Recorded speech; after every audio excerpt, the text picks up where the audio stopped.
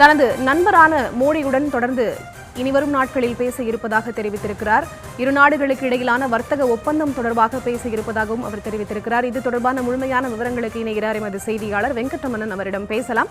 வணக்கம் வெங்கட்ரமணன், விவரங்களை பதிவு செய்யலாம்.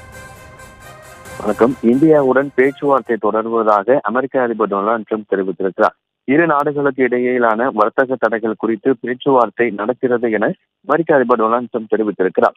ரஷ்யாவிடமிருந்து இந்தியா கச்சா எண்ணெய் கொள்முதல் செய்வதால இந்தியாவுக்கு எதிராக கூடுதலாக 25% வரியை விதித்து தற்பொழுது 50% இறக்குமதி வரி என்பது அமலில் இருக்கிறது.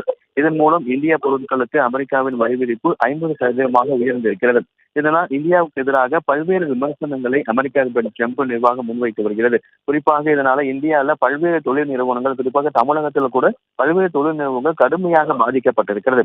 இந்த நிலைதான் ரஷ்யாவுக்கு அழுத்தம் கொடுக்கவே இந்தியாவுக்கு கூடுதல் வரிகள் விதிக்கப்பட்டதாக அமெரிக்க